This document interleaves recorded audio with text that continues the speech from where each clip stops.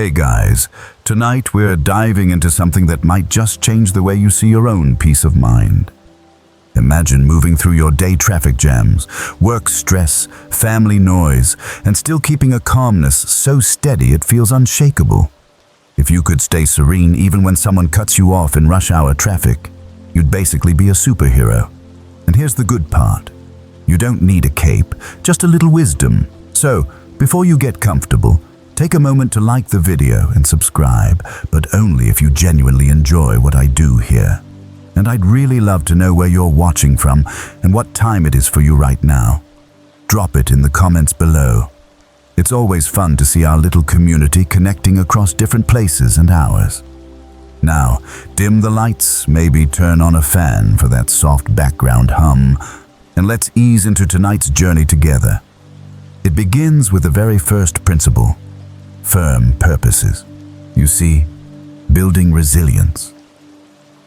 This deep inner strength starts when you know exactly what matters to you, like a bright star guiding your way through cloudy nights. Firm purposes. Think about those mornings when you wake up and the day already feels like it's pulling you in 10 different directions. Emails buzzing, phone notifications piling up, maybe even the smell of burnt toast from the kitchen reminding you that life is messy. In moments like this, it's easy to feel like a tiny boat being tossed around by waves you didn't choose. But here's the truth. A boat with a clear map and a strong destination isn't really lost at sea. It's simply moving through the storm. That's what firm purposes are all about. They are the map you carry inside, guiding you no matter how rough the waters become. Buddhism teaches that when you know what matters most to you, you stop reacting to every little wave. Your goals, your values, your why, they become like a bright star in the night sky. Even when clouds roll in, that star is still there, steady and dependable. Picture this. You're on a long road trip across the United States, maybe from New York to California. Somewhere in the middle of Kansas, you hit a massive thunderstorm. You can't see very far, the road is slick, and the radio is just static. Without a clear destination in your GPS, panic sets in. You could be heading anywhere, but if you've already mapped out the journey, you just keep driving. The storm passes, and you're still heading west. That's the power of firm purposes. Now, how do you find them? It doesn't have to be complicated. Every morning, give yourself just 2 minutes. Ask, what really matters to me today? Maybe it's showing kindness to your co-workers. Maybe it's finishing that project with integrity, or maybe it's simply being patient in traffic. The act of naming it plants a flag in your mind. It's like setting your GPS before you hit the road. You know where you're going, so distractions and detours don't shake you as much. The Buddha once said, your work is to discover your work, and then with all your heart to give yourself to it. This isn't about having one giant, dramatic life purpose that unlocks like a video game achievement. It's about discovering, day by day, what deserves your heart's energy and then showing up for it with everything you've got. Here's a little practice you might try tonight, right after this video. Grab a notebook or even just the Notes app on your phone. Write down 3 things that matter most to you this week. Not a giant to-do list, just 3. Let them be the stars you navigate by. When life starts throwing curveballs, look back at those 3. They'll remind you that you're not just drifting, you're steering. And the best part? The more you practice setting firm purposes, the calmer you become in the face of chaos. People can criticize you, deadlines can shift, unexpected problems can pop up, but instead of flailing, you'll feel anchored. You'll think, I know what I'm about.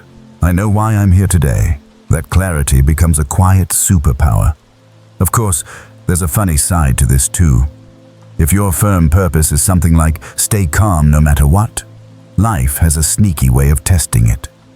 The neighbor's dog barks at 3 a.m., your Wi-Fi drops right in the middle of an online meeting, or your favorite coffee shop accidentally runs out of oat milk. Suddenly, your Zen feels like it's hanging by a thread, but that's exactly when your purpose kicks in. It's not about perfection, it's about direction, so let your purposes be like the roots of a sturdy tree. Storms will come, winds will howl, but the roots don't panic. They hold firm. You can sway without snapping, bend without breaking, and trust that your foundation will carry you through. Now, before we move on, take a breath. Picture that inner star, that guiding map, that rooted tree. What's one thing you'd love to commit to right now? Share it in the comments. I'd love to know what firm purposes are guiding you this week. Because once you plant those roots, the next step is learning how to protect them. How to stop letting every little jab or careless word shake your peace. That's where we head next. The art of becoming untouchable. Become untouchable. There's a strange kind of freedom in realizing that no one can touch your peace without your permission. Think about it. How many times have you had a perfectly fine day, then someone cuts you off on the freeway, or a coworker makes a snide comment and suddenly your whole mood goes spiraling? It feels like they reached inside you and flipped a switch. But the truth is, they didn't. You handed them the switch. Buddhism teaches that suffering often doesn't come from what happens, it comes from how we react. That's where this practice of becoming untouchable begins. It's not about building walls or pretending nothing hurts. It's about realizing you always have a choice in how you respond. Imagine this. Someone throws a ball of fire your way. If you catch it, it burns. If you let it fall, the fire dies out on its own. Negative words, rude actions, they're like those fireballs. If you grab them, hold them, clutch them to your chest, they burn you. But if you step aside, let them drop, your peace remains intact. The Buddha put it simply. You will not be punished for your anger. You will be punished by your anger. Anger isn't a gift from someone else. It's a burden you carry yourself. When you lash out, say something you regret, stew on it for hours, the damage multiplies. Becoming untouchable doesn't mean ignoring problems. It means facing them without letting your inner calm get hijacked. So, how do you practice this? The next time someone says something cutting, pause. Take a slow breath.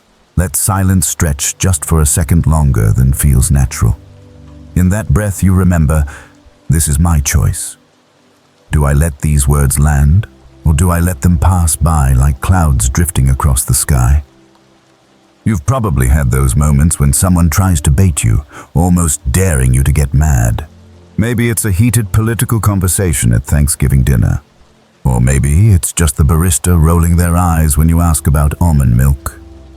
Either way, you can practice. You don't have to play the game. Untouchable doesn't mean cold, it means steady. You can acknowledge what's happening, even address it if needed, without letting your emotions run the show. Think of it like carrying an umbrella in the rain. The rain still falls, but you don't get drenched. People may hurl insults or spread negativity, but your umbrella of awareness keeps you dry. Over time, you'll notice fewer storms even bother you. Your inner calm becomes less fragile, more like a mountain that doesn't shake every time the wind blows. Now, there's a playful side to this too. Imagine if you treated insults the way you treat junk mail. You glance at it, maybe laugh at the absurd offer, then toss it in the trash. Nobody frames junk mail and hangs it on the wall. So why frame someone's rude comment and hang it in your mind all day? Practice throwing it out. Delete it like spam. Here's a small practice you can try this week. The next time someone annoys you, instead of reacting, whisper to yourself, "Not mine." Just those two words, not mine. Their bad mood, not mine. Their careless words, not mine. Like slipping off a heavy backpack, you feel lighter instantly. When you learn to do this consistently, something amazing happens. People lose their power to shake you. You walk through the world with more ease, more confidence, because you know your calm isn't up for grabs. That's the essence of being untouchable. Now, take a breath here with me. Imagine a shield around you, not made of steel, but of awareness. Soft, quiet, transparent. Everything that doesn't serve you slides off the surface. Inside you stay steady, safe, peaceful. And here's where I'd love to hear from you. Drop a comment and tell me about a time you stayed calm when someone tried to upset you. What worked for you? Your stories might inspire someone else in this little community. Because the truth is, life will keep testing this calm. Insults will come, offenses will happen. The next step is learning how to meet those moments with patience and self-control, turning even the harshest words into opportunities for growth. That's where we're headed next. Insult and offense. There's a moment everyone knows too well. Someone says something sharp, maybe at work, maybe in your own family, and it stings. Your chest tightens, your face grows warm, your mind starts building a comeback before you even know it. It feels personal, like an attack on who you are. But what if you could take that same moment and turn it into practice, a chance to grow stronger instead of snapping back? That's exactly what Buddhism invites us to do when we face insult and offense. When someone insults you, it's tempting to believe their words define you, but step back for a second. Often, those words are more about their struggle than about your worth. A person might lash out because they're angry, insecure, or hurting in ways you'll never see. In that light, their insult becomes less like a mirror of you and more like a reflection of them. The Buddha taught, hatred does not cease by hatred, but only by love. This is the eternal rule. Responding to hate with more hate is like trying to put out a fire by throwing gasoline on it. It only grows. Responding with calmness, with patience, even with a touch of compassion, interrupts the cycle. That doesn't mean you accept bad behavior or pretend cruel words don't sting. It means you protect your inner peace by choosing not to be dragged down into the same storm. Imagine you're walking down the street, holding a heavy bag of groceries. Someone tosses a rock into your bag. You can either carry that extra weight, letting it dig into your shoulder all the way home, or you can pause, set the bag down, and take the rock out. Insults are like that. You don't have to carry them. You don't have to make them part of you. One simple practice. The next time someone offends you, pause and breathe. Say silently, "This is their pain, not mine." The breath buys you space, and in that space, you decide, do I fuel the fire or do I let it fade? There's also power in humor. Picture someone tossing an insult your way, and instead of catching it, you treat it like a poorly thrown baseball that just bounces harmlessly in the grass.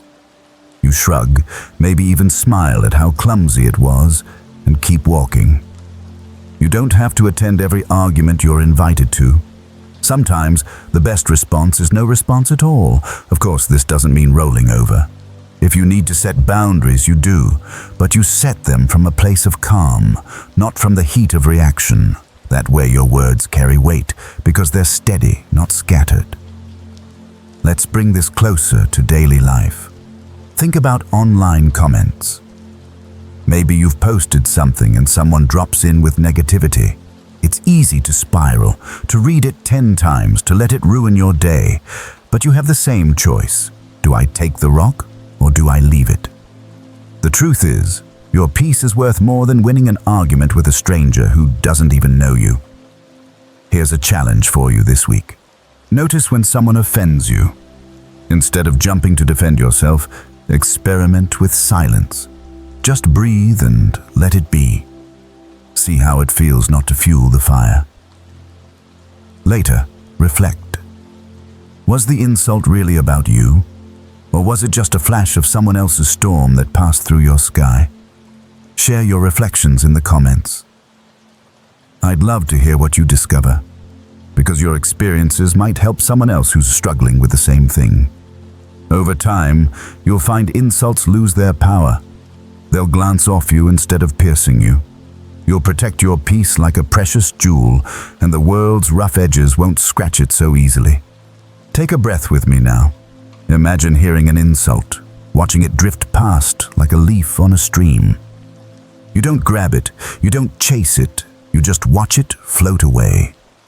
The water carries it, and you remain still, untouched, present, and yet life doesn't stop testing you there. Because if insults are one kind of storm, gossip and harsh words behind your back are another. And the next step is learning how to face those shadows too, without letting them steal your calm. That's where we're going next. Words against you. There's something uniquely unsettling about hearing that someone has spoken badly about you. Maybe a friend mentions it in passing, maybe you see a post online, or maybe it gets back to you through the grapevine at work. However it arrives, those words can land like tiny arrows, each one poking at your sense of self. The natural reaction is to tense up, to get defensive, to feel the urge to set the record straight. But Buddhism offers another way. It teaches that the words of others often say more about their own struggles than they do about your true self. Think of it like this. Someone points a flashlight at you, but the lens is dirty. What they see in the beam isn't a clear picture of you. It's a distorted reflection filtered through their own anger, jealousy, or pain. Their words might sting, but they don't define you. The real you isn't found in their stories, but in the way you live, the choices you make, and the values you hold. The Buddha once said, "Speak or act with an impure mind, and trouble will follow you." When someone spreads negativity, they carry that trouble with them, but you don't have to pick it up. Their words may create storms in their own lives, but you can choose not to let those storms sweep you away. Here's a simple practice. The next time you hear that someone has spoken ill of you, pause. Before reacting, ask yourself, what part of me is being triggered right now? Is it pride? Is it fear of being misunderstood? Is it the need to be liked by everyone? By naming what's stirred inside, you take back some power. You realize the wound is often in the reaction, not in the words themselves. Imagine you're standing by a calm lake and someone tosses a rock into it. The ripples spread, the water moves, but after a while, the surface smooths again. That's your mind. Hurtful words may create ripples, but with patience, your calm will return. You don't have to keep replaying the moment, tossing rock after rock into your own lake. There's also strength in letting your actions speak louder than any rumor. If someone says you're unkind, keep showing kindness. If they say you're dishonest, keep acting with honesty. Over time, people notice the truth. Reputation built on consistent action outlasts whispers built on fleeting words. And here's where compassion comes in. What kind of pain must a person be carrying to feel the need to tear someone else down? When you look at it that way, the gossip becomes less about you and more about their hurt. That shift in perspective softens your reaction. Instead of adding to the cycle of negativity, you can choose patience, maybe even empathy. Now, I know it's not always easy. Words can stick in your head. They replay when you're trying to fall asleep or resurface in the middle of the day. But the practice here is noticing when that happens and gently reminding yourself, their words don't define me. My values, my choices, my kindness, that's who I am. So here's a small challenge. Think about a time when you found out someone had spoken badly about you. Did you respond, or did you let it go? What helped you the most in that moment? Share it in the comments. Your story might be exactly the reminder someone else needs tonight. Let's take a quiet pause together. Breathe in deeply. Exhale slowly. Imagine those words floating away like smoke dissolving into the air. You're left with clarity, with calm, with the unshaken sense that your true self cannot be dented by gossip. And as you grow more comfortable letting go of what others say, the next step becomes even more powerful, learning to guard your own mind. Because while you can't control the words of others, you can shape the thoughts you allow to take root inside. That's where we're heading next. Guarding the mind. Picture your mind as a garden. Every thought, every belief, every story you tell yourself is a seed. Some seeds grow into strong flowers, giving color and life. Others grow into weeds, spreading fast, choking out the beauty, leaving the soil depleted. The truth is, you can't stop every seed from blowing in on the wind, but you can choose what you water, what you pull, and what you allow to stay.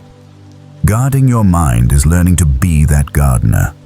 Buddhism teaches that the mind is everything. What you think, you become.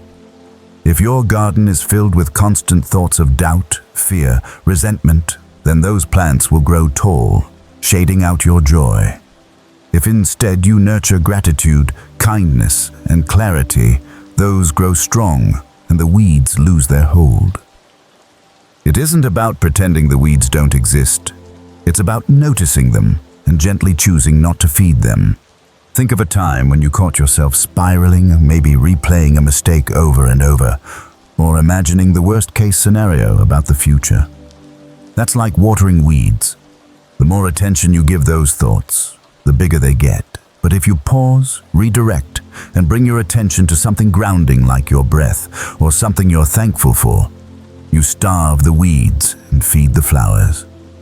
Imagine a gardener walking through rows of vegetables. They see weeds sprouting. Instead of panicking, they calmly bend down, pull them up, and keep walking. Guarding your mind works the same way. You don't need to panic when negative thoughts appear. You just recognize them, remove their power, and keep tending to what matters. Here's a practice to try. Throughout the day, when you catch yourself stuck in negativity, stop and say quietly, "Not this seed." Then shift. Think of one positive, constructive thing to place your attention on. It could be as small as noticing the warmth of your coffee cup in your hands, or as steady as repeating a mantra like, "I am safe, I am calm." That small redirection changes the entire growth of your mental garden. The Buddha's wisdom says the mind is like the master artist, shaping your reality. If you fill it with cloudy, dark strokes, the picture becomes heavy. If you fill it with light and color, the picture brightens.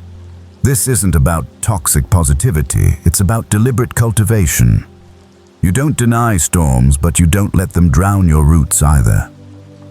Think about social media for a moment.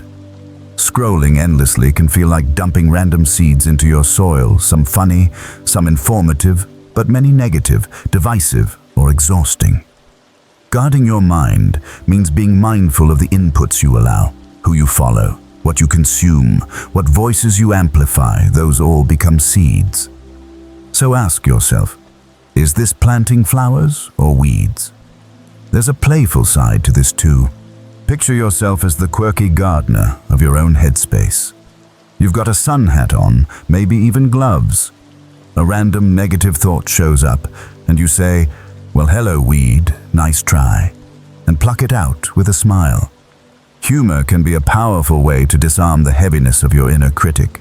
Let's try something together right now. Close your eyes for a moment. Take a slow breath. Picture your mind as a wide green garden. Notice which plants are thriving. Maybe some anxious weeds are crowding a corner. Without judgment, imagine pulling one up and tossing it gently aside. Then, picture watering a strong, healthy flower, something like gratitude, patience, or joy. Watch it grow taller. That's the daily practice of guarding your mind. Now, I'd love for you to share in the comments, what's one flower you want to grow more of in your mind this week? Maybe it's confidence, maybe compassion, maybe humor. Writing it down is like planting a seed with intention. The more you practice this, the more resilient your inner world becomes. You won't stop storms from coming, but you'll have a garden that weathers them with strength. And here's the connection to what comes next. Even when your mind is well tended, two old companions can still creep in, fear and shame. They're powerful, sneaky, and they hold people back from living fully. But when you learn to face them directly, they lose their grip. That's where we're headed next. Overcome fear and shame. Fear and shame are like shadows that follow us around. Sometimes they're faint, barely noticeable in the sunlight of a good day. Other times they loom large, stretching across everything we do. Fear tells us, "Don't try, you'll fail." Shame whispers, "You're not good enough." Together, they can shrink our world, keeping us from living fully. But Buddhism offers a different way. Not to run from these shadows, but to turn and face them until they lose their power. Fear often comes from the unknown. Maybe you're afraid of speaking up in a meeting because you don't know how people will respond. Maybe you're afraid of starting something new because you don't know if you'll succeed. The unknown feels like a cliff edge, and fear convinces you it's safer to stay back. Shame, on the other hand, often grows out of old wounds. Maybe someone once told you that you weren't smart enough, or that you didn't belong. Even years later, those words can echo, making you feel smaller than you really are. The first step is noticing. Fear and shame thrive in the dark, when we don't name them. The moment you say, "I'm feeling afraid right now," or "This is shame talking," you shine a light on them, and shadows can't survive in the light. The Buddha taught that even death is not to be feared by one who has lived wisely. The teaching reminds us, when we live aligned with our values, fear has less to hold on to. Try this. The next time fear arises, pause, breathe. Ask yourself, what's the story fear is telling me right now? Maybe it's saying, you'll embarrass yourself. Maybe it's saying, people will reject you. Once you identify the story, question it. Is it fact, or is it just a thought? Most of the time, fear is just a story our mind is spinning, not an absolute truth. Shame works the same way. It convinces you that you are flawed, that something about you makes you unworthy of love or respect. But here's the thing. Shame isn't telling the truth either. It's a lens, often inherited from past experiences or societal pressure. When you start to see shame as a story, you realize you don't have to keep reading it. Imagine standing in front of a mirror. Fear and shame are like stickers someone else has slapped on the glass. Not good enough. Too weak. Unworthy. They block your reflection, but the mirror underneath hasn't changed. Your true self is still there, untouched. The practice is peeling those stickers off, one by one. One powerful tool here is self-compassion. When you notice fear or shame, instead of scolding yourself, respond like you would to a close friend. If your friend said, "I'm afraid I'll fail," you wouldn't say, "Yeah, you probably will." You'd say, "I believe in you. You're stronger than you think." Why not offer yourself that same kindness? Here's a small challenge. Tonight, write down one fear or one shame story that's been holding you back. Then, underneath it, write what you would say to a friend who confessed that same story. That's your compassionate response. Keep it with you. The next time the shadow creeps in, read it back to yourself. Humor can also help. Picture your fear not as a terrifying monster, but as an overzealous security guard who keeps warning you about every tiny risk. Don't send that email, don't cross that street, don't try salsa dancing. You can smile at the absurdity. Fear wants to keep you safe, but sometimes it overreacts. Thank it, then gently move past it. Take a deep breath with me now. Inhale, noticing any fear or shame stories lingering in your chest. Exhale, imagining them drifting out like smoke. Feel the space that's left open, lighter, freer. And I'd love to know what's one fear or shame story you've learned to let go of. Share it in the comments. Your courage in naming it might give someone else the strength to face their own shadow. Because once you've started loosening the grip of fear and shame, life gives you new teachers in unexpected forms. The next step is recognizing that every person you meet, even the difficult ones, can become a relentless teacher on your journey. That's where we'll go next. Everyone a teacher. Life has a way of surrounding us with people who test us. Some inspire us, some comfort us, and some push every last button we didn't even know we had. The instinct is to label them, this one is good, that one is bad. This one I want near me, that one I want to avoid. But Buddhism offers a radical shift in perspective. What if every single person you encounter is a teacher? Not just the wise monk on a mountain, but the co-worker who interrupts you, the neighbor who complains, even the stranger who cuts in line at the grocery store. Each one brings a lesson. It's not easy to see it this way at first. When someone criticizes you, it feels personal, not educational. But think about it. Criticism can teach patience, rudeness can teach compassion, and kindness can teach gratitude. Every interaction becomes a classroom if you're willing to sit in the seat. Imagine driving on a crowded freeway. Someone swerves in front of you without signaling. You could stew in anger, leaning on the horn. Or you could pause and see it as a chance to practice letting go. In that moment, the reckless driver is your teacher, showing you where your attachment to control still lives. Not because they meant to teach you, but because life used them as the messenger. The Buddha often emphasized patience as one of the greatest virtues. It's not built in silence on a meditation cushion. It's built in traffic jams, in long checkout lines, in conversations where someone won't let you finish a sentence. Each of those moments is an invitation to strengthen your inner calm. Here's a practice. The next time someone frustrates you, ask yourself, what lesson is this person offering me right now? Maybe it's patience, maybe it's boundaries, maybe it's forgiveness. Instead of labeling them as the enemy, reframe them as the teacher. It softens your reaction and shifts the energy. It doesn't mean you tolerate harmful behavior or stay in toxic situations.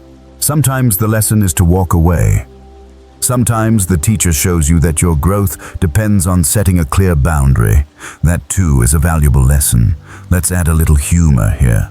Picture your most annoying co-worker wearing a teacher's cap, tapping the chalkboard saying, "Today's lesson is patience, class." You might laugh at the absurdity, but it helps remind you this frustration is here to teach you something, not just to irritate you. The deeper benefit is self-awareness. When someone triggers you, it reveals something about your own inner world. If anger flares, ask, why did that bother me so much? What does it touch inside me? Every strong emotional reaction is like a flashlight pointing to a place in yourself that wants attention. Let's try this together. Think of one person who frustrates you the most. Picture them now. Instead of labeling them, ask, what are they teaching me? Is it patience? Is it compassion? Is it resilience? Even imagining them as a teacher can shift the way you feel about them. And I'd love for you to share in the comments, who has been an unexpected teacher in your life? Maybe it was a boss, maybe a stranger, maybe even a child. Your story might remind someone else that wisdom doesn't always come wrapped in a robe. It sometimes comes wrapped in annoyance. When you begin to see everyone as a teacher, you walk through life differently. Every conversation, every challenge, every encounter becomes a chance to grow. And with that mindset, you build resilience that no setback can take away. Now take a slow breath. Inhale the idea that the world is one big classroom. Exhale the resistance to difficult lessons. With that, you're ready to take the next step. Because if people are our teachers, we also need a strong code to guide us in how we live with them. And that's where we're headed next. Forging an unshakable ethical code. Unshakable ethics. Think of a tree standing in the middle of a storm. The wind howls, rain lashes down, and the ground softens beneath its roots. Some trees topple, but the ones with roots that run deep stay upright. An ethical code works like those roots. It anchors you when life gets messy, when temptation whispers, when pressure builds. Without it, you sway with every gust. With it, you bend, but never break. Buddhism speaks of the 5 precepts guidelines that aren't strict commandments, but gentle promises you make to yourself. Don't harm living beings. Don't take what isn't given. Don't misuse intimacy. Speak truthfully. Keep the mind clear, free from intoxicants that cloud judgment. Each one is simple, but together they form a foundation. They remind you that peace inside is connected to how you live outside. Picture this in daily life. You're tempted to exaggerate in a meeting to make yourself look better. The ethical root of honesty reminds you, your real strength comes from integrity. Or maybe you're caught up in gossip about a friend. The root of compassion reminds you, words can heal or hurt, and once spoken, they can't be pulled back. Living by your code keeps you steady, even when it's inconvenient, even when no one else is watching. The beauty of ethics is that it doesn't just protect others, it protects you. When your actions align with your values, you feel at ease in your own skin. You don't have to look over your shoulder, wondering when the truth will catch up. Your calm becomes unshakable because it's not built on shifting sand, but on steady ground. Of course, in today's world, it isn't always easy. Shortcuts are tempting. Pressure pushes us to compromise, but ask yourself, what is peace of mind worth to you? Is it worth a little sacrifice? Is it worth choosing the harder path sometimes? The Buddha said, "The virtuous man delights in this world, and he delights in the next." And the joy isn't in never making mistakes, but in knowing you're striving to live in alignment with what matters most. Here's a practice you can try. Tonight, reflect on one choice you made today. Ask, did that choice line up with my values? If it did, celebrate it. If it didn't, don't drown in shame. Just notice it and adjust tomorrow. Ethics isn't about perfection, it's about direction. Every time you realign, the roots grow deeper. And there's another side to this, trust.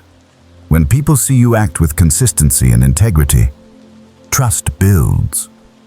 Relationships become stronger, opportunities open. People know they can rely on you not because you're flawless, but because you're grounded. That kind of trust is priceless, both in work and in love. Let's add a little humor here. Think of your ethical code like a GPS voice in your head. Turn left at honesty. In 2 miles, avoid envy, recalculating. Return to compassion. But you might laugh at the idea. But the truth is, having that inner compass makes navigating life so much easier. Now, I'd love to hear from you. What's one value that keeps you rooted even when the storm rages? Is it kindness, honesty, loyalty? Drop it in the comments. Sharing it is like planting your flag, reminding yourself and others of what holds you steady.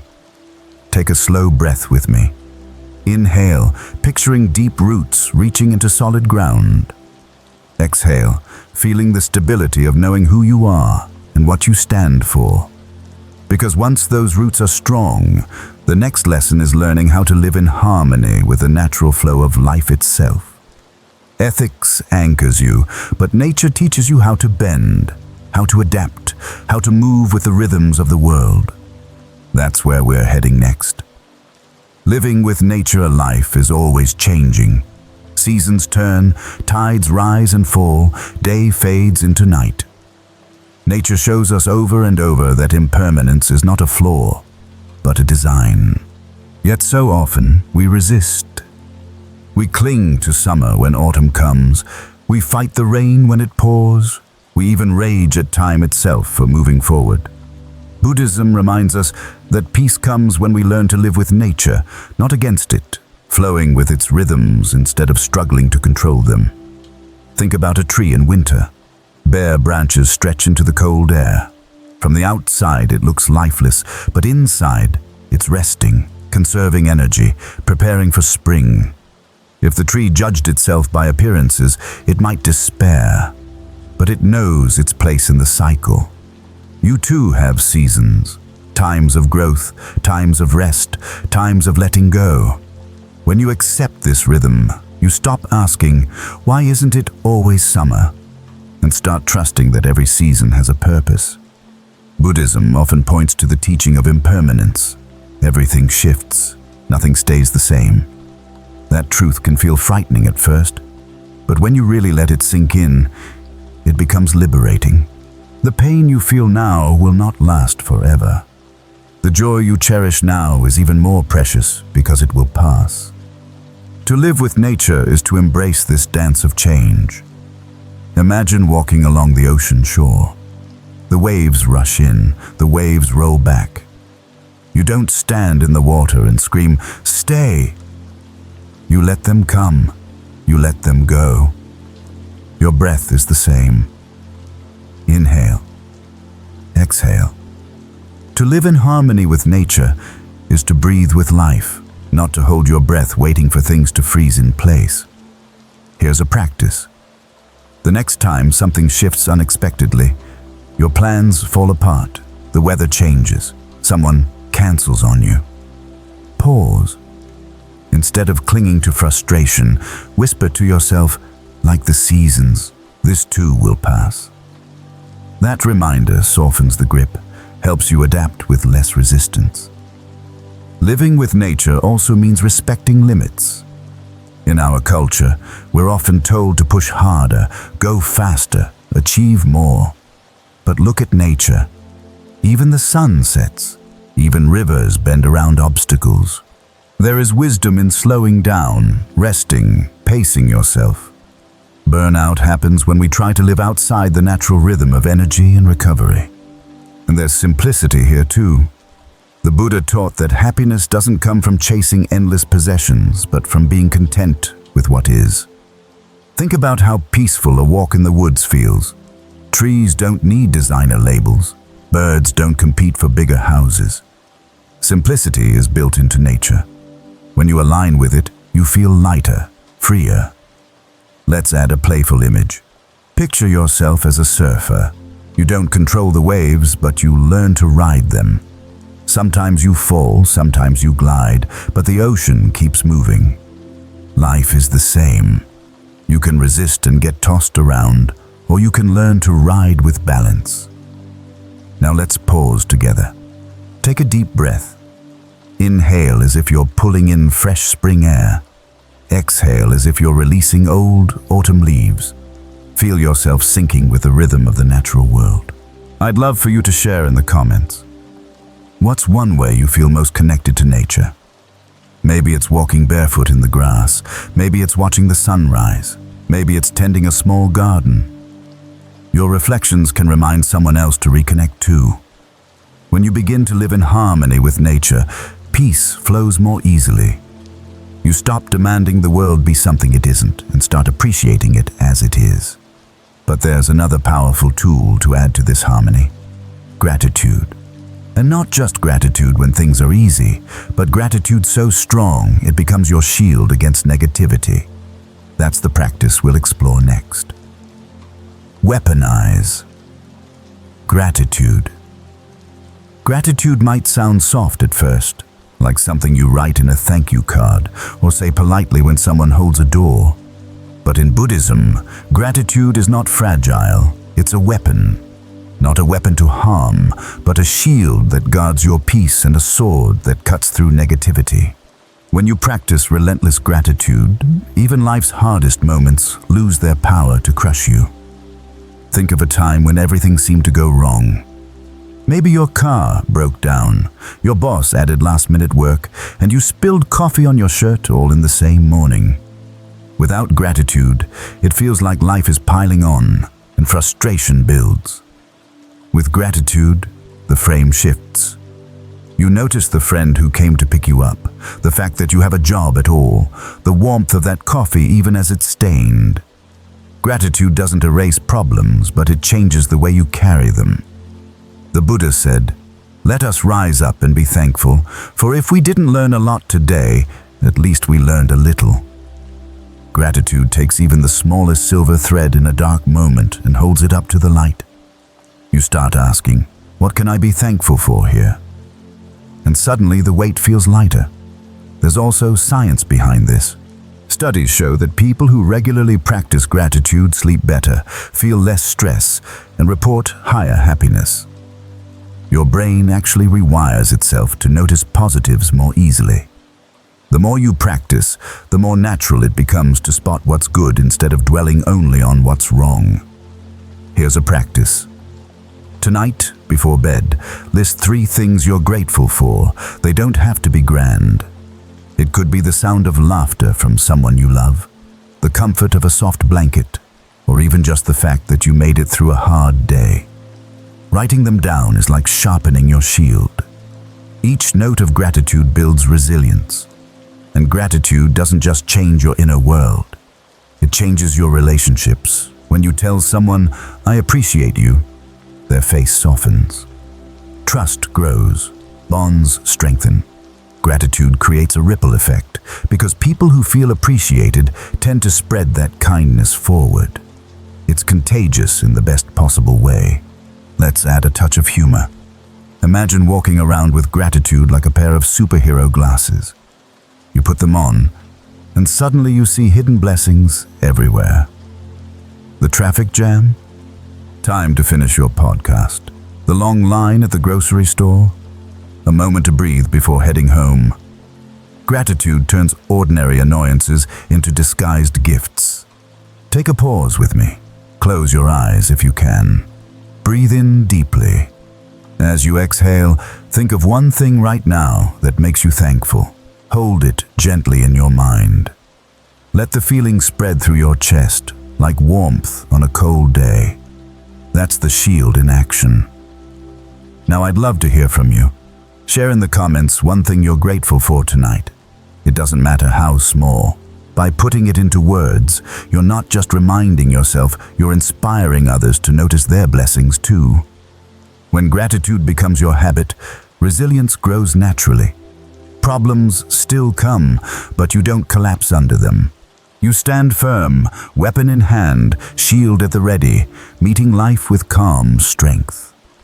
And once gratitude has become part of your inner armor, the next step is making it a daily anchor, something that steadies you from the very moment you wake up. That's where we're headed next. Daily anchor. Mornings set the tone for everything that follows. If you roll out of bed, grab your phone, and dive straight into emails or social media, it's like starting your day already caught in a current. But if you begin with a daily anchor, a simple, intentional practice, you create stability that lasts long after breakfast. Buddhism reminds us that peace doesn't just happen in random bursts. It's cultivated, moment by moment, starting from the very beginning of the day. Think of an anchor on a ship. Waves still crash, winds still blow, but the anchor holds the vessel steady. Your daily anchor works the same way. It doesn't stop challenges from coming, but it keeps you from drifting too far off course. That anchor could be a mantra, a breath, a reminder of your firm purposes. Even 30 seconds can shift the energy of an entire day. Here's one way to try it. Before you look at your phone, sit for a moment and place your hand on your chest. Take 3 slow breaths. With each inhale, say silently, "I am here." With each exhale, say, "I am steady." This grounding becomes the anchor. It doesn't need to be complicated to be powerful. The Buddha said, "What you think, you become." Beginning your day with a focused thought is like planting a seed that grows through every interaction, every choice. If you plant chaos, chaos blooms. If you plant calm, calm spreads. Daily anchors can also take the form of intention setting. For example, you might say, "Today I choose patience," or "Today I choose kindness." Then when you feel stress rising, you return to the anchor. Just like a sailor pulling the ship back towards stability, you bring yourself back to your intention. Think about how athletes prepare before a game. They don't just run onto the field cold. They warm up, stretch, focus. Your daily anchor is your warm-up for the mind. It primes you to meet the day with strength instead of stumbling into it half-aware. And here's the funny part. Your anchor doesn't have to look spiritual. Maybe it's making your bed slowly and mindfully. Maybe it's sipping your first cup of coffee without distractions, actually tasting it instead of gulping it down. Anchors don't need incense and bells, they need presence. Let's try something together. Picture yourself tomorrow morning. Instead of rushing, you sit at the edge of your bed. You breathe, you remember your purpose, you anchor. Feel the calm spreading before you even take your first step into the day. That's the shift we're talking about. I'd love to hear from you. What's one small practice that helps you feel anchored in the morning? Share it in the comments, because your idea might be the anchor someone else needs to discover. Over time, these anchors build resilience. The storms of the day still come, but you feel less tossed around. You respond instead of react. You steer instead of drift. Take a slow breath with me now. Inhale stability. Exhale distraction. Feel yourself grounded right here, right now. Because once you've anchored yourself, the next step is learning how to pause before reacting, even when life throws you unexpected sparks. That pause, that space between trigger and response, is where real freedom lives. And that's where we'll go next. Pause before reacting.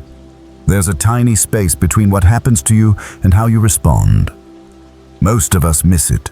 Someone cuts us off in traffic and we slam the horn. A coworker says something rude and we snap back before we've even thought it through. That space, the pause, is where real freedom lives. Buddhism teaches that mastering this pause is one of the most powerful skills you can develop. It turns you from a puppet of your emotions into the author of your own response. Think of it like this. Life throws sparks at you every day. If you instantly react, those sparks hit dry wood and burst into flames. Anger spreads, arguments escalate, peace burns away. But if you pause, just for a breath, the spark lands on water instead. It fizzles out. Nothing catches fire. The pause doesn't make the spark disappear, but it stops the destruction. The Buddha said, "A moment of patience in a moment of anger saves you 100 moments of regret." You know that feeling, when you say something sharp and wish you could reel it back. The pause is what saves you from carrying that regret. Here's a practice to try.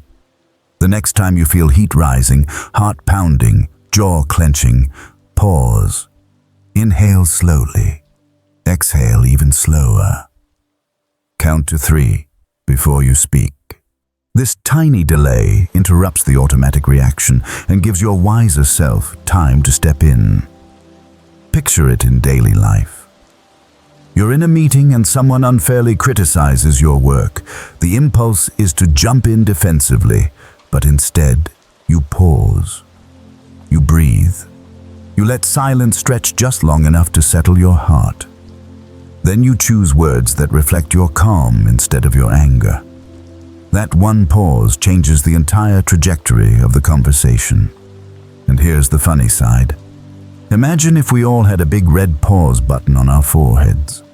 Every time we got triggered, someone could tap it, and we'd freeze for a few seconds before responding. Silly, yes, but that's what mindfulness practice is.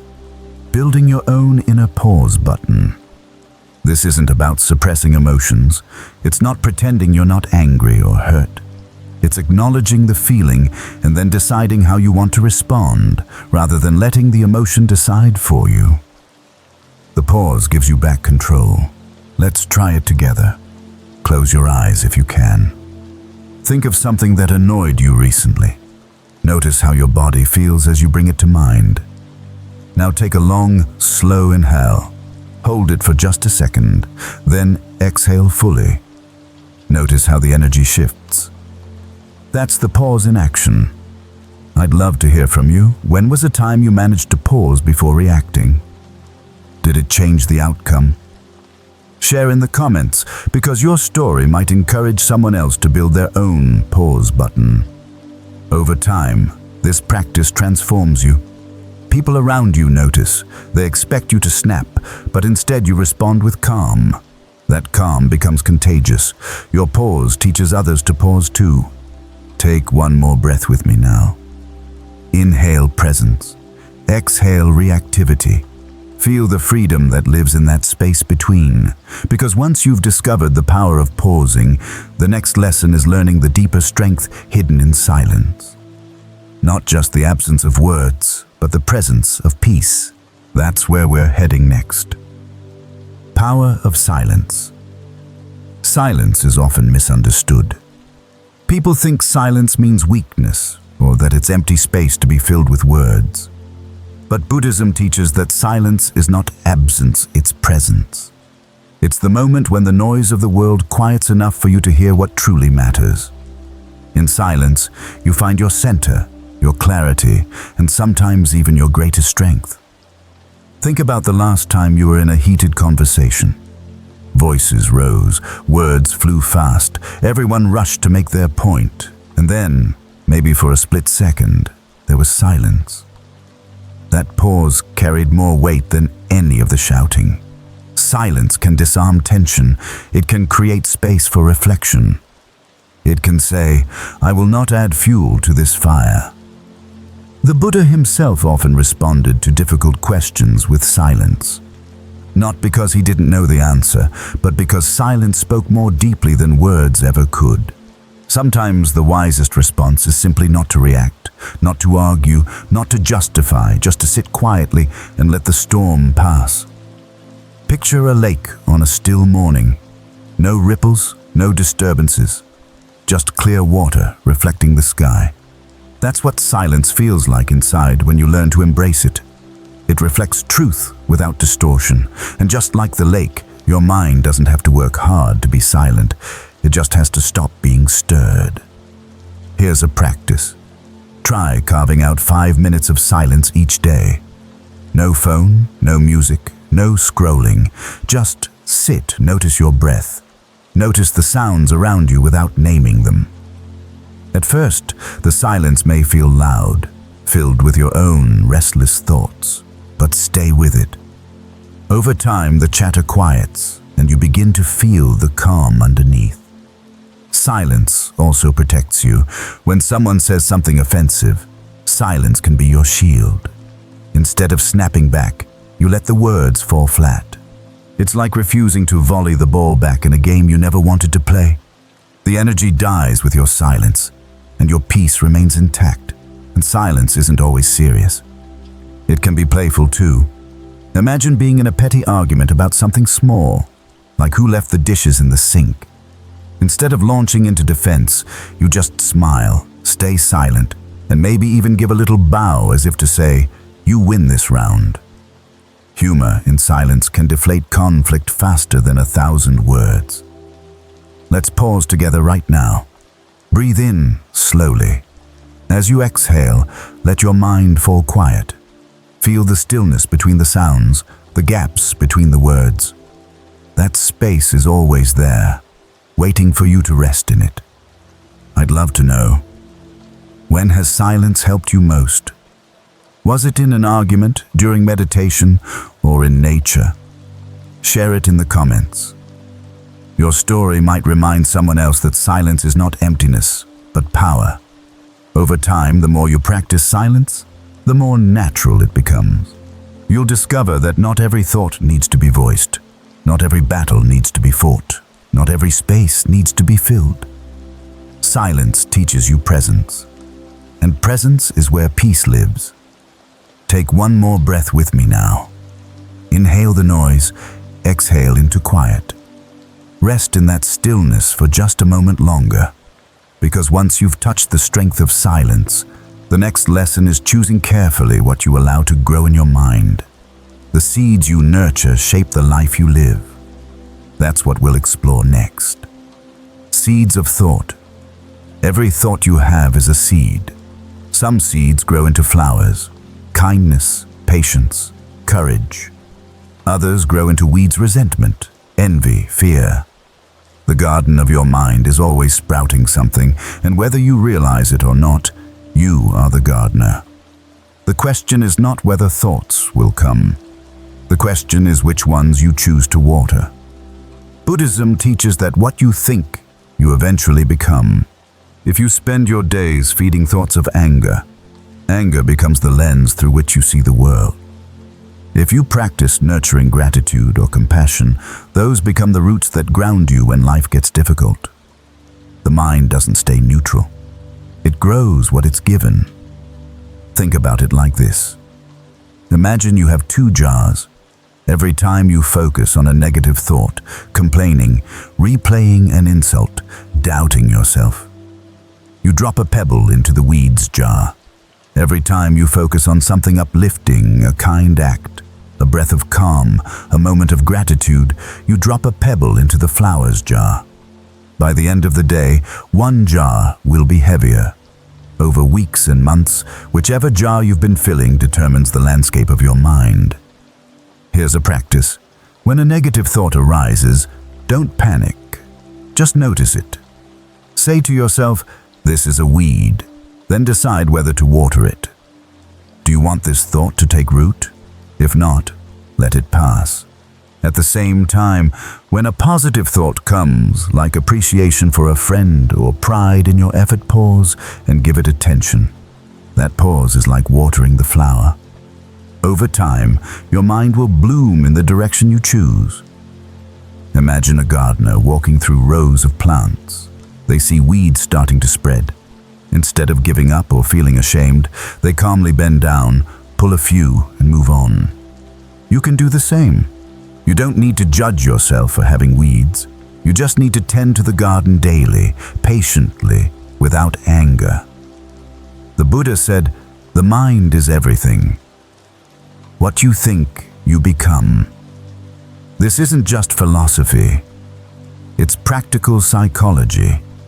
The more often you let your attention linger on thoughts of peace, the easier it becomes to find peace even in difficult moments.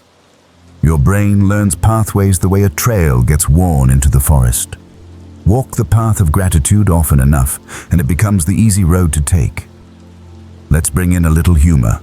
Picture your negative thoughts as pesky squirrels digging holes in your garden. You don't get mad at the squirrels. You shoo them away and keep tending the flowers.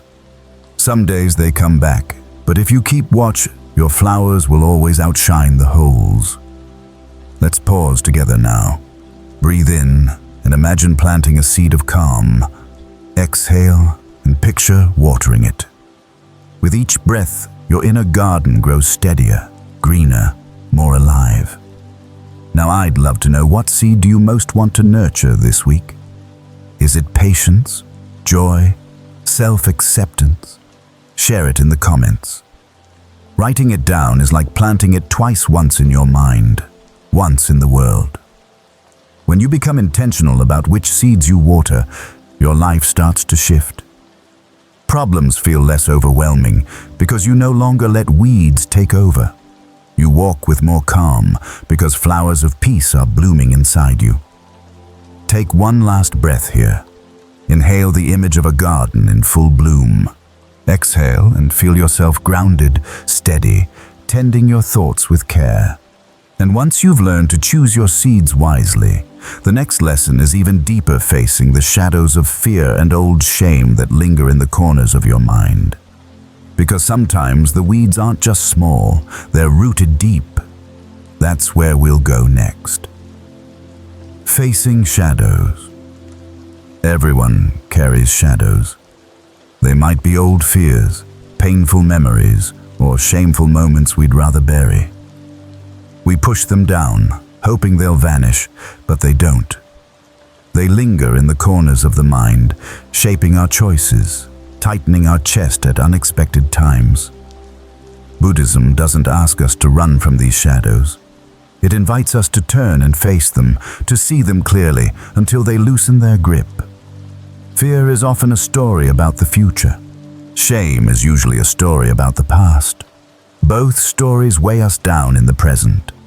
Maybe you fear failing in a new job because long ago someone told you you weren't capable. Maybe you feel shame about a mistake you made years ago, even though no one else remembers. The shadows whisper, and without realizing it, you let them steer the wheel of your life. The Buddha taught that suffering comes not just from pain itself, but from clinging to pain. Shadows grow darker when we hide from them, but when we shine light on them with awareness, they shrink. Facing shadows doesn't mean they vanish overnight. It means you stop letting them run the show in secret. Here's a practice. When a shadow rises, an old memory, a fear, a shame, pause. Don't push it away. Sit with it. Say silently, "I see you."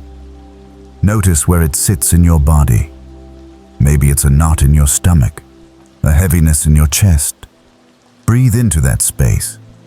Imagine sending kindness to it the way you'd comfort a scared child. This act of compassion begins to dissolve the shadow's power. Think of a dusty attic. If you never go up there, the cobwebs grow, and the clutter piles higher. But if you bring in a lamp and start clearing bit by bit, the space opens. The attic hasn't changed, it was always there. But now it's livable, even light-filled. Facing shadows works the same way. Light makes them less frightening, and here's a little humor to soften it. Picture your fears and shames as overdramatic actors in a bad play. They shout, they exaggerate, they trip over their lines. You can sit in the audience, watch their performance, and smile at how ridiculous it is. You don't have to climb on stage and act it out with them. Let's try it together. Close your eyes for a moment. Bring to mind a shadow you carry. Don't choose the heaviest one, just something manageable. Notice it. Breathe with it. Whisper softly in your mind, "You're part of me, but you don't control me." Feel the difference between acknowledging it and being ruled by it. That small shift is the beginning of freedom. I'd love to hear from you. What helps you face your shadows when they show up? Do you journal, meditate, talk to a friend, or maybe laugh at the absurdity of your worries? Share it in the comments. Your way of shining light might be exactly what someone else needs to hear tonight. When you practice facing shadows instead of hiding, you become braver, softer, more whole. You discover that the monsters you feared were often just smoke, and the shame you carried was often just an old story. By meeting them head-on, you create space for new growth. Take a deep breath with me now. Inhale light, exhale shadows. Feel yourself steady, as if you're holding a lantern that brightens the corners of your inner world. Because once you've faced your shadows, you start to see even anger itself as a teacher. Instead of fearing it, you learn from it. That's where we're going next. Lessons from anger. Anger is one of the most explosive emotions we carry. It rises fast, like a fire catching on dry wood, and if we don't catch it, it burns everything in its path. Words get thrown, doors slam, bridges break. And yet, Buddhism teaches that anger can be a teacher, if we're willing to sit with it and listen. The Buddha once said, "You will not be punished for your anger, you will be punished by your anger." That's a hard truth. Anger doesn't wait for someone else to hand out consequences. The punishment is built in. It steals your peace, tightens your chest, fogs your mind. You think you're striking at someone else, but most of the time, anger strikes you first. Think about the last time you were angry. Really angry. Did you feel powerful, or did you feel trapped in a storm you couldn't control? The surge might have felt strong for a moment, but afterward, when your words echoed in your head or your body sagged with regret, you realized the fire burned you too. That's the lesson anger carries. It reveals where we're vulnerable, where we still cling, where we haven't yet learned to let go. Here's a practice. The next time anger rises, instead of trying to suppress it or explode with it, pause. Say to yourself, "This is heat." Notice where it lives in your body. Maybe your jaw tightens, your fists clench, your shoulders rise. Simply noticing shifts the dynamic. Instead of being anger, you are someone observing anger. That space turns the fire into a signal rather than a weapon. Imagine anger as a smoke alarm in your house. The alarm itself isn't the danger, it's a warning. It tells you something needs attention. Maybe it's unmet expectations, maybe it's pain, maybe it's fear hiding underneath. If you treat the alarm as the problem and smash it, you never get to the real issue. If you listen, you can find the source and put out the actual fire. Humor helps too. Picture your anger as a cartoon character with steam shooting from its ears, stomping around in over-the-top rage. Instead of taking it so seriously, you smile at its performance. That little bit of distance makes it easier to respond with wisdom instead of heat. Let's pause together now. Bring to mind a recent moment when you felt angry. Notice how your body remembers it. Take a long, slow breath. Inhale coolness, exhale heat. Imagine the fire calming, the smoke clearing. You're left with clarity, not chaos. Over time, anger becomes a mirror. It shows you what you care about. If someone insults a stranger, you may not react. If they insult your child, anger rises instantly. That tells you your values are tied to protection and love. In this way, anger teaches you about yourself. When you understand the lesson, you can protect what matters without letting fury take control. I'd love to hear from you. What's one lesson you've learned from your own anger? Share it in the comments.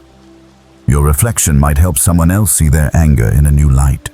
When anger stops being a master and becomes a messenger, your life shifts. You still feel it, but you no longer fear it. You no longer let it drag you into regret. Take one more breath with me now. Inhale peace, exhale heat. Feel yourself steady, as if the fire inside has become a gentle glow instead of a blaze.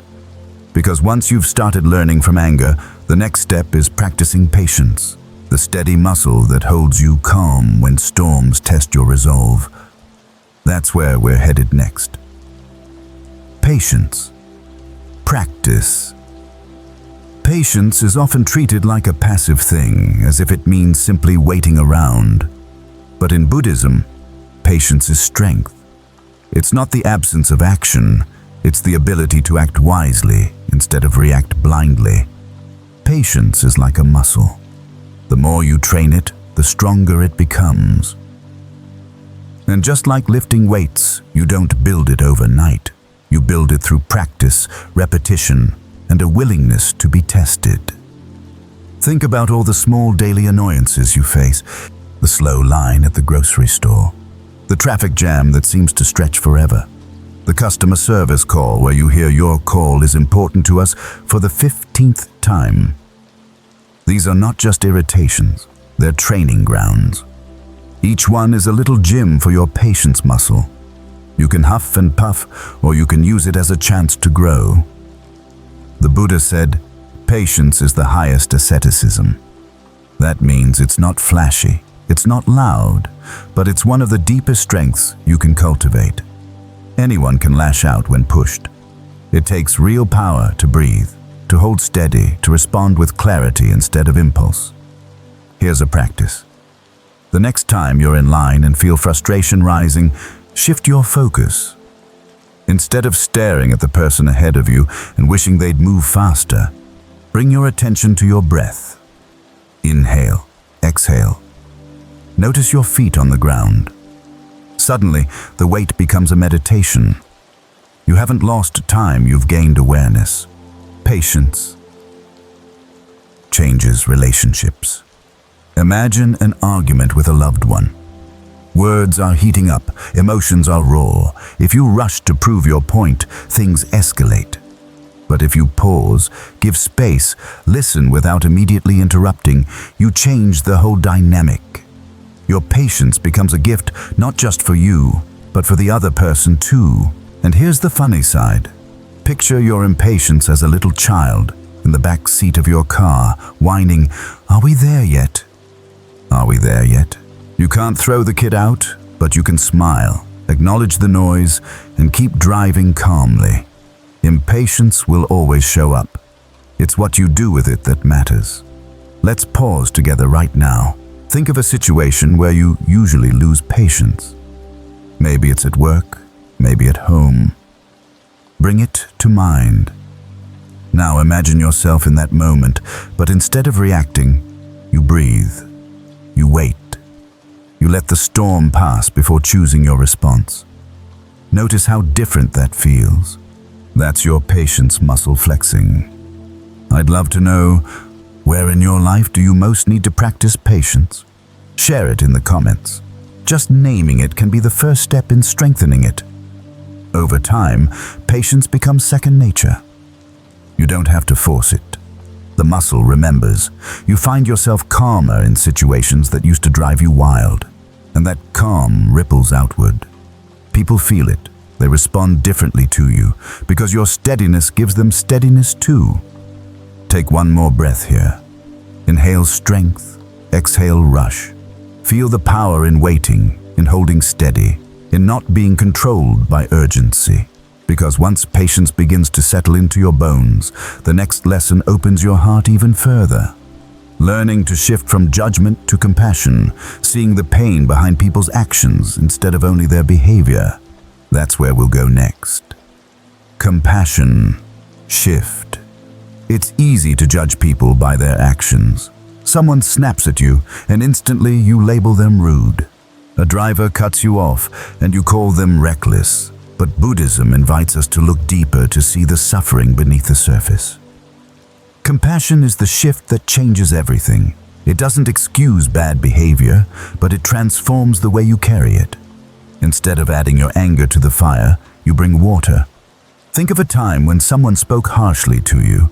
Maybe it was a co-worker, a family member, even a stranger. Your first reaction was probably defensiveness.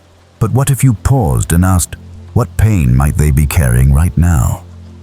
Maybe that co-worker is under pressure from their boss. Maybe that family member is lonely. Maybe that stranger just got bad news. Seeing their humanity doesn't erase the sting, but it softens your response.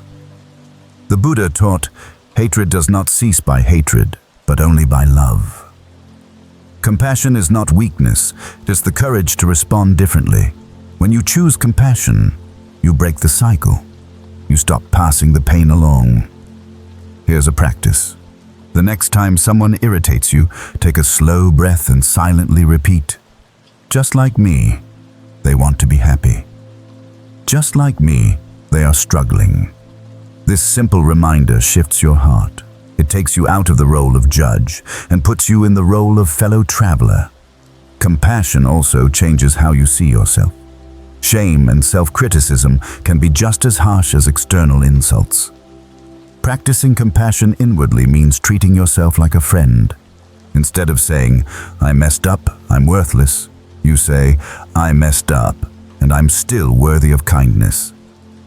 This inner compassion makes it easier to extend it outward. Let's add some humor. Picture the angry person in front of you, not as a villain, but as someone carrying around an invisible backpack filled with bricks. Each brick is stress, insecurity, grief.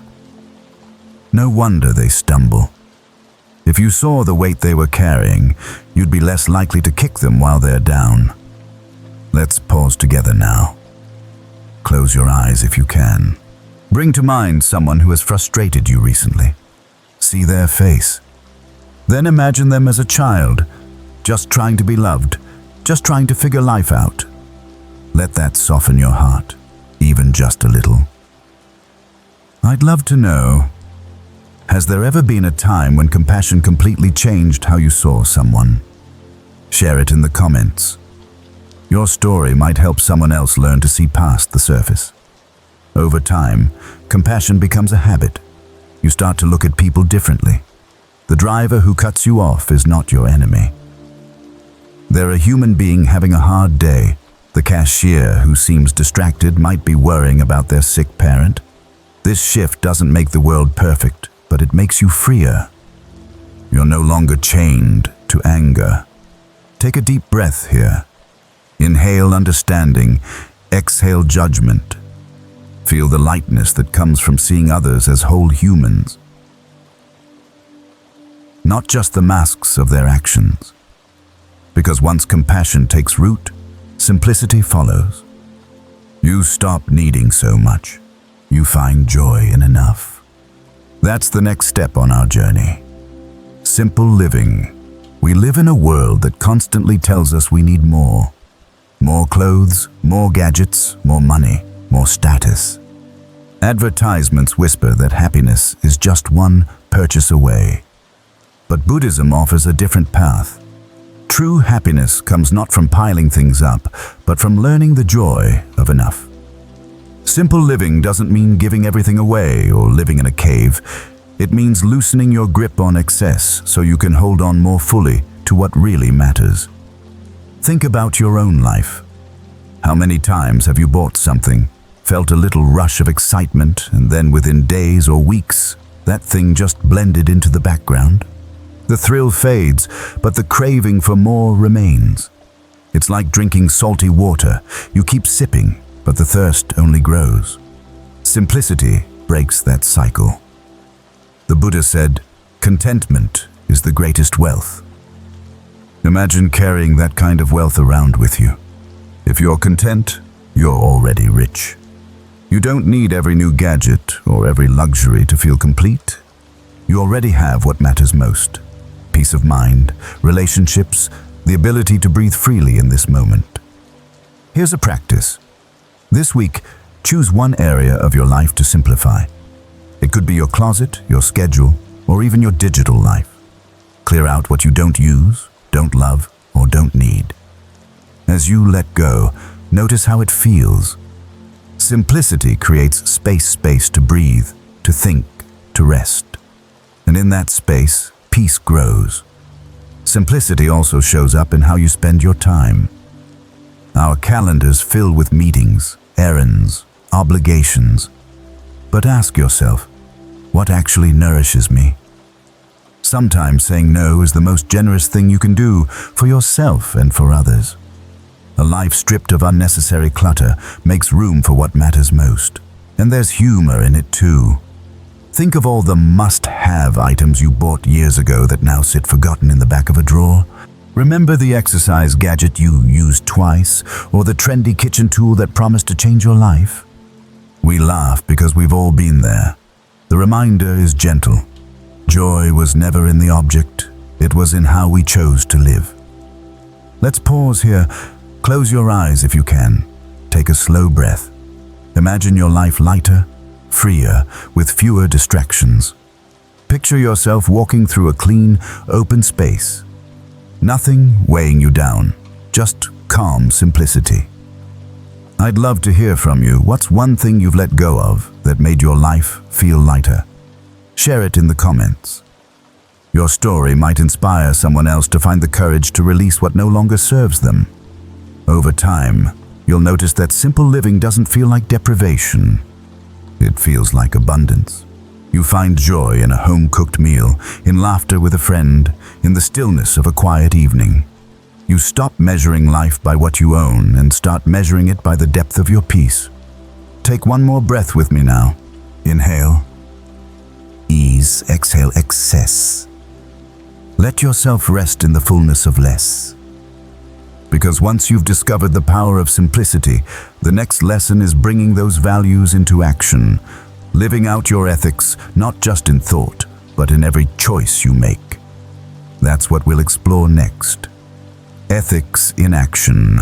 It's one thing to talk about values, it's another to live them. Ethics aren't just ideas we admire, they're choices we make in the middle of everyday life. Buddhism teaches that an ethical life isn't built in theory, but in action. It's how you treat people in traffic, how you handle pressure at work, how you speak when no one else is around to hear. Living with ethics in action means embodying your principles in every corner of your life. Think about honesty. It sounds simple, don't lie. But in practice, honesty gets tested in subtle ways. Maybe it's padding a resume. Maybe it's twisting a story to make yourself look better. Maybe it's staying silent when speaking the truth would be uncomfortable. Each moment is small, but each one is a chance to either live your values or drift from them. The Buddha said, 3 things cannot be long hidden: the sun, the moon, and the truth. Ethics in action is about aligning yourself with that truth. When you practice honesty, your words carry weight because people know they can trust them. When you choose compassion, your presence brings safety to others. When you keep your promises, you become dependable. Here's a practice. Today, notice one small moment where you're tempted to cut corners. Maybe at work, maybe in a conversation, maybe with yourself. Instead of taking the shortcut, choose integrity. Watch how it feels in your body. At first it might feel harder, but afterward you'll notice a lightness, a sense of peace that only comes from alignment. Ethics also shape the way you use your time and resources. Do your actions contribute to the well-being of others, or do they cause harm? Choosing not to harm is an active decision. Maybe it's being mindful about what you consume, how you speak, or how you treat the environment. Each choice ripples outward. Let's bring in some humor. Imagine your ethics as a referee who follows you around with a whistle. You're about to gossip, and the referee blows the whistle. Foul play. You start to exaggerate a story, and there it is again. Silly as it sounds, that little inner referee can remind you to check yourself before your actions stray too far from your values. Let's pause together. Close your eyes for a moment. Take a slow inhale. As you exhale, ask yourself quietly, am I living my values today? Don't judge, just notice. That awareness is the beginning of change. I'd love to hear from you. What's one value you try hardest to live out in action? Is it honesty, kindness, loyalty, or patience? Share it in the comments. Speaking it aloud can help anchor it more deeply in your life. Over time, ethics in action give you strength. You stop needing to remember what you said or cover your tracks, because your life is consistent. You walk lighter, freer, because your choices match your beliefs. That kind of alignment doesn't just build peace inside you, it inspires others to do the same. Take one more breath here. Inhale integrity, exhale pretense. Feel the steadiness of knowing your actions reflect your heart. And once you begin to live out your values day by day, the next lesson shows you how to adapt with grace. How to bend without breaking, like a tree that knows how to move with the wind. That's where we'll go next. Bending. Like trees. Watch a tree in the wind. The branches sway, the trunk leans, leaves scatter, but the roots hold firm. If the tree tried to resist, to stand stiff against the gusts, it would snap. Its strength comes from its flexibility. Buddhism teaches us to live the same way. Life will bring storms, unexpected losses, sudden changes, disappointments we never planned for. Resisting every gust only makes the storm harder. Bending, adapting, flowing with change is how we survive without breaking. Think about times in your own life when plans fell apart. Maybe you lost a job, maybe a relationship ended, maybe illness arrived. In the moment, it felt impossible to face. But eventually, you adjusted. You bent and you kept going. Flexibility didn't erase the pain, but it gave you resilience. Like a tree swaying, you discovered you could endure more than you thought. The Buddha taught impermanence. Everything changes, nothing stays fixed. When we forget this truth, we cling, we tighten, we resist. But when we accept it, change feels less like an enemy and more like a natural wind moving through. You don't have to like every storm, but you can learn to move with it. Here's a practice. The next time something doesn't go as planned, pause. Instead of saying, "This shouldn't be happening," try saying, "This is what's happening. How can I move with it?" That small shift changes resistance into response. You stop fighting reality and start dancing with it. Flexibility doesn't mean weakness. Just like the tree, your roots, your values, your ethics keep you grounded. Flexibility is knowing when to bend, not abandoning who you are. It's adjusting without losing your essence. And there's humor here too. Imagine yourself in a yoga class trying to bend into some impossible pose. You wobble, maybe even fall, and everyone laughs. That's life. Sometimes bending feels awkward, sometimes we stumble. But with practice, we grow more graceful. Let's pause together now. Close your eyes if you can. Take a slow breath in. As you exhale, imagine yourself as a tree. Feel your roots deep in the earth, steady and strong. Now picture your branches swaying easily with the wind. The storm passes, but you remain whole. I'd love to hear from you. What's one moment when you surprised yourself by adapting? Share it in the comments. Your story might remind someone else that they too can bend without breaking. Over time, living like this makes life smoother. You don't waste energy fighting what you can't control. You bend, you sway, and you rise again. The storms no longer terrify you because you trust your roots and your flexibility. Take one more deep breath here. Inhale stability, exhale resistance. Feel yourself strong yet soft, like the tree that weathers the storm with grace. And once you've learned to bend, the next step is remembering to notice the small joys, the overlooked blessings that bring light even on cloudy days. That's where we'll go next. Small gratitudes. Gratitude doesn't have to be reserved for the big milestones. It doesn't wait until you land the dream job, buy the perfect house, or travel to some faraway beach. Real gratitude often hides in the small things. The warmth of sunlight through a window, the smell of fresh coffee, the way a friend laughs so hard they snort. Buddhism teaches that noticing these little blessings transforms ordinary days into extraordinary ones. Think about how easy it is to miss them. You rush through your morning, gulping coffee without tasting it, scrolling through your phone while the sunrise paints the sky, ignoring the small acts of kindness people offer. The day passes in a blur, and you tell yourself nothing special happened, but something special did happen. You just didn't pause long enough to notice. The Buddha once said, "Let us rise up and be thankful." He didn't say only when life is perfect.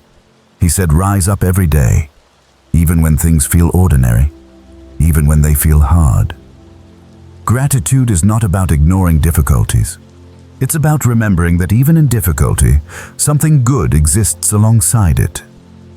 Here's a practice. Tonight, as you get ready for bed, think of 3 small things from today that you're grateful for. Not big wins, tiny moments. Maybe it was the taste of your favorite snack. Maybe it was the smile from a stranger. Maybe it was a song that played at just the right time. Write them down or whisper them to yourself. When you repeat this practice, your brain starts scanning the day differently, searching for moments to collect. Imagine carrying a small jar with you everywhere you go. Each time you notice something to be thankful for, you drop a pebble into the jar. At the end of the day, you shake it and hear the sound of dozens of tiny blessings. That's what gratitude does. It fills your jar until you realize your life is richer than you thought. And there's humor in it too. You might even find yourself grateful for things that seem ridiculous, like finally finding matching socks, or your Wi-Fi not cutting out during a meeting, or the dog deciding for once not to bark at the mailman. These small gratitudes may sound silly, but they build resilience. They remind you that joy can be simple. Let's pause here. Close your eyes if you can. Breathe in deeply. As you exhale, think of one small gratitude from today. Hold it in your mind. Let it warm you from the inside. That's how quickly gratitude shifts your state. It takes seconds. I'd love to hear from you. What's one small thing you're grateful for right now? Drop it in the comments. Your simple gratitude might spark someone else to notice theirs. When you live like this, life changes. Even stressful days have hidden sweetness. Even struggles have tiny lights sprinkled through them. Gratitude doesn't remove the dark, but it helps you see the stars. Take one more breath with me now. Inhale appreciation, exhale distraction. Feel how light you become when you notice the little things. And once gratitude for small blessings becomes natural, the next lesson helps you stay rooted in them with every breath. Because your breath itself can be the anchor that returns you to the present moment. That's what we'll explore next. Mindful breath. Breathing is the most ordinary thing you do, and yet it's also the most extraordinary. From the moment you were born, your breath has never left you. It's steady, constant, and always available. The Buddha taught that awareness of the breath is a doorway into the present moment. By returning to it again and again, you anchor yourself in now, not yesterday's regrets or tomorrow's worries. Think of your breath like an old friend who never judges, never leaves, never demands anything. It's there in joy, in sadness, in exhaustion.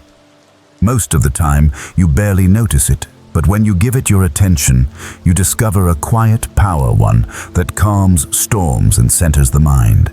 Imagine this. You're stuck in traffic, late for a meeting, heart pounding, frustration bubbling. Instead of honking or spiraling in thoughts, you take a slow breath in, then a slower breath out. Just one cycle. The car doesn't move faster, but you do. You shift from chaos to clarity. That's the magic of mindful breathing. Here's a practice. Place one hand on your belly. Inhale deeply through your nose, letting your belly rise. Exhale slowly through your mouth, letting your belly fall. Count 4 seconds in, 6 seconds out. Do this 3 times. Notice how quickly your body softens, your shoulders drop, your jaw unclenches. That's the body's natural reset button. The Buddha compared the mind to a monkey, always jumping, restless, grabbing at anything. The breath is the branch you hold on to. Every time your thoughts swing wildly, you return to the branch. You don't need to stop the monkey, you just need to give it something steady to rest on. And there's humor in this too. Picture yourself in the middle of a meltdown, and then imagine a tiny voice in your head saying, "Breathe, human."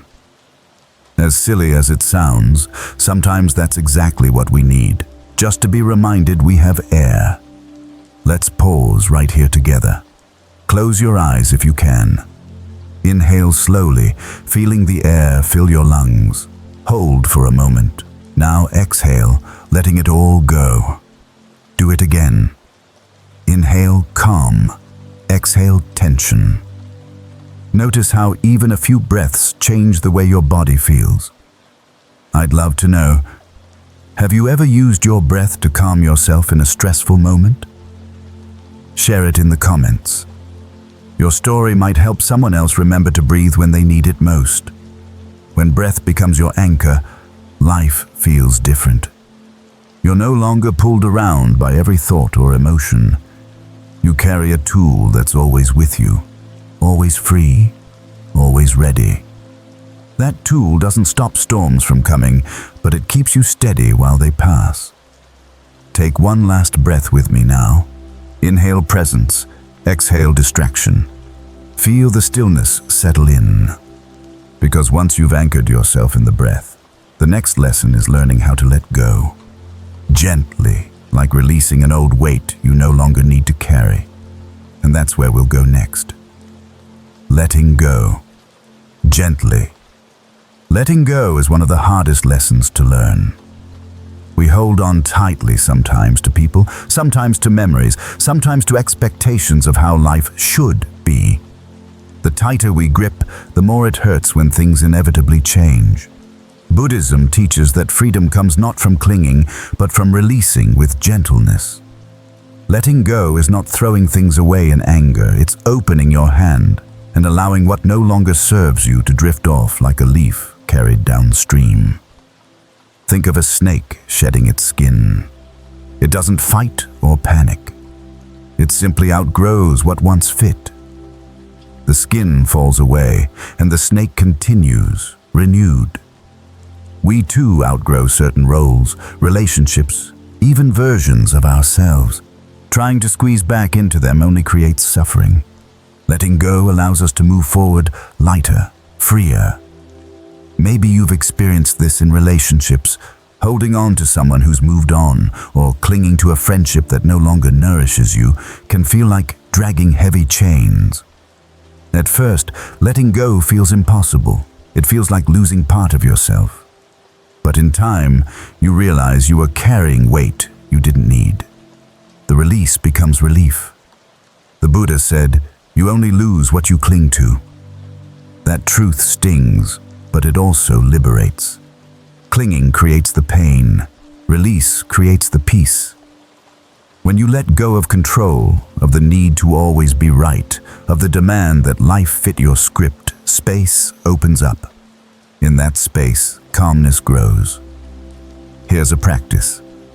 When you notice yourself obsessing about a mistake, about someone else's opinion, about a future outcome, pause. Imagine holding a stone tightly in your fist. Feel the tension, the effort it takes to keep gripping. Then imagine opening your hand. The stone rests in your palm, but you are no longer straining. You may still carry the memory or responsibility, but the grip is gone. That's the difference letting go makes. And here's the funny side. Sometimes we cling to things that clearly don't help us, like that drawer full of cables we'll definitely need someday, or the 20-year-old t-shirt we never wear but refuse to toss. Letting go, whether of clutter or old grudges, often feels harder in our minds than it really is. Once it's gone, we wonder why we didn't release it sooner. Let's pause together now. Close your eyes if you can. Breathe in, imagining yourself holding tightly. Breathe out, imagining yourself opening your hand. Feel the ease that comes with release. I'd love to hear from you. What's one thing, big or small, you've let go of that brought you peace? Share it in the comments. Your story might inspire someone else who's still holding on. Over time, letting go becomes a habit. You still feel attachment, of course, but you no longer let it control you. You learn to release gently with love, instead of ripping things away in frustration. The freedom in that practice is profound. Take one more breath with me here. Inhale acceptance, exhale release. Notice how light you feel when you stop gripping so hard. Because once you begin letting go, you make room for something even more powerful. Kindness, the strength to act with love, even when it isn't easy. That's where we're heading next. Strength in kindness. Kindness is often mistaken for softness, as if being kind means being weak, naive, or easy to take advantage of. But Buddhism teaches the opposite. True kindness is strength. It takes far more courage to respond with gentleness than to lash out in anger. It takes inner power to stay open-hearted when the world pushes you to harden. Kindness is not a fragile candle that gets blown out. It's a steady flame that lights the dark. Think about the last time someone surprised you with kindness. Maybe a stranger held the door, maybe a friend checked in just when you needed it most. That moment stayed with you, not because it was flashy, but because it was powerful. Kindness doesn't need to be loud to be strong. Its strength lies in its ability to ripple outward, touching lives you may never even see. The Buddha said, "Hatred does not cease by hatred, but only by love." That teaching isn't abstract, it's practical. When you meet hostility with hostility, you add fuel to the fire. When you meet it with kindness, you cut the chain. You stop passing the pain along. That's strength, not weakness. Here's a practice. Tomorrow, pick one small act of kindness to offer. It could be letting someone merge in traffic without frustration, sending a thoughtful message to a friend, or even smiling at a stranger. Then notice how it feels. Kindness benefits the receiver, but it also softens and strengthens the giver.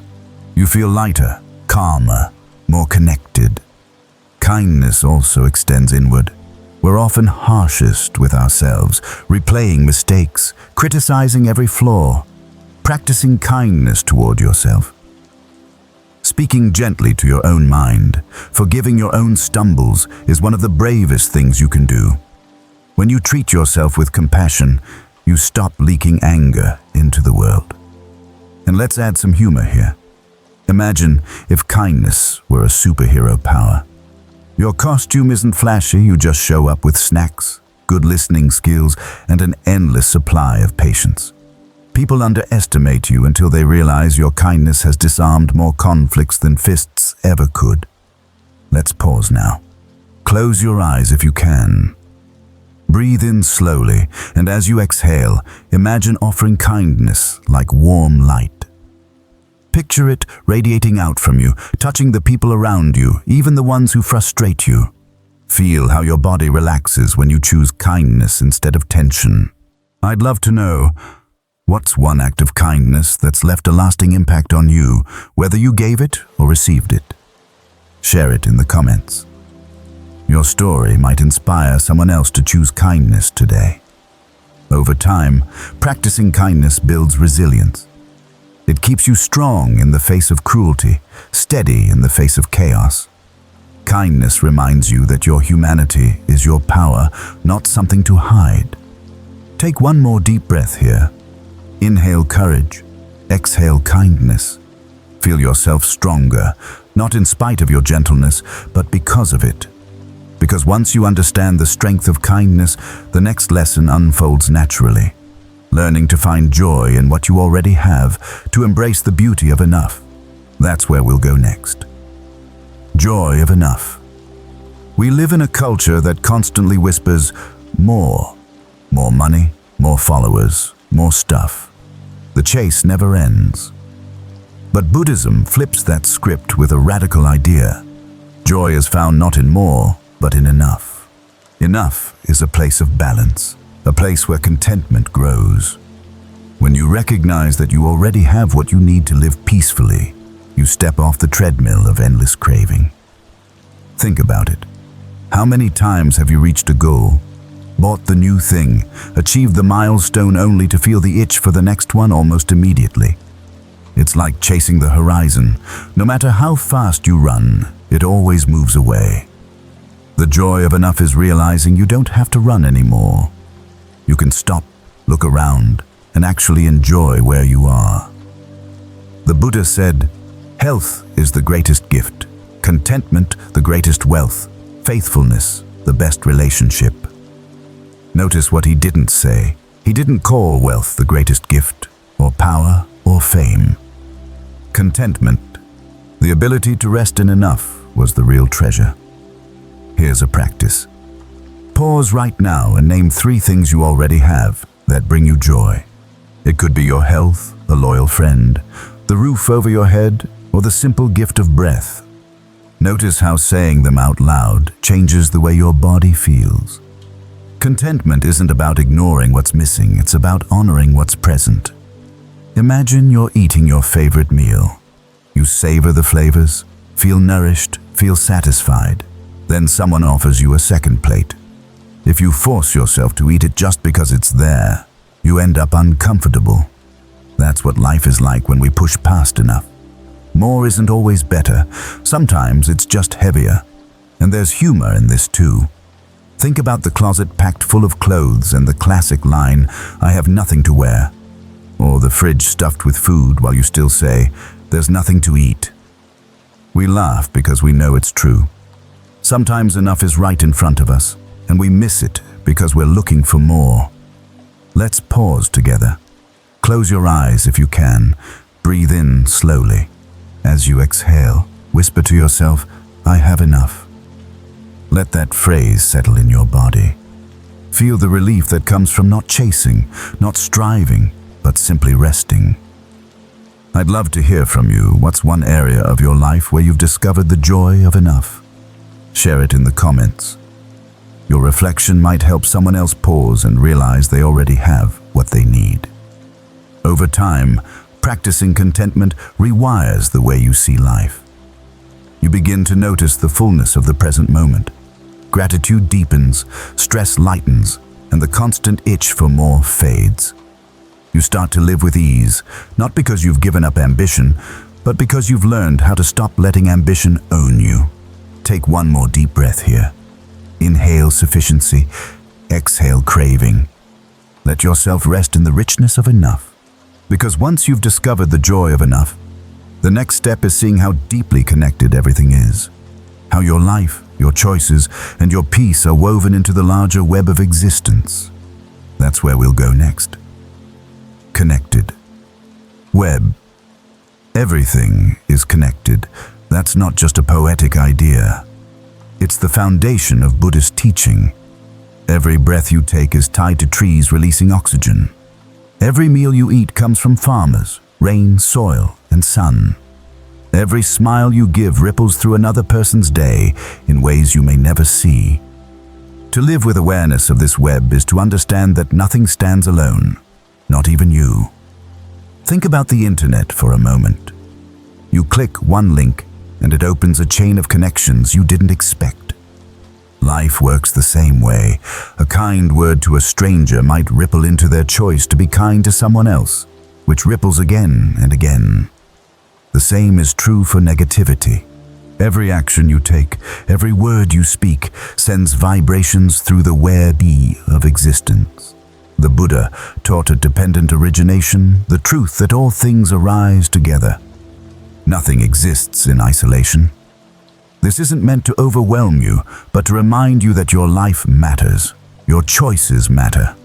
You are not floating alone. You are woven into the fabric of everything. Here's a practice. The next time you sit down for a meal, pause before you eat. Look at the food and imagine the chain that brought it to you, the earth, the rain, the sunlight, the farmers, the truck drivers, the store clerks. Suddenly, your plate isn't just food, it's a reflection of the whole universe. Eating with that awareness turns a simple act into gratitude.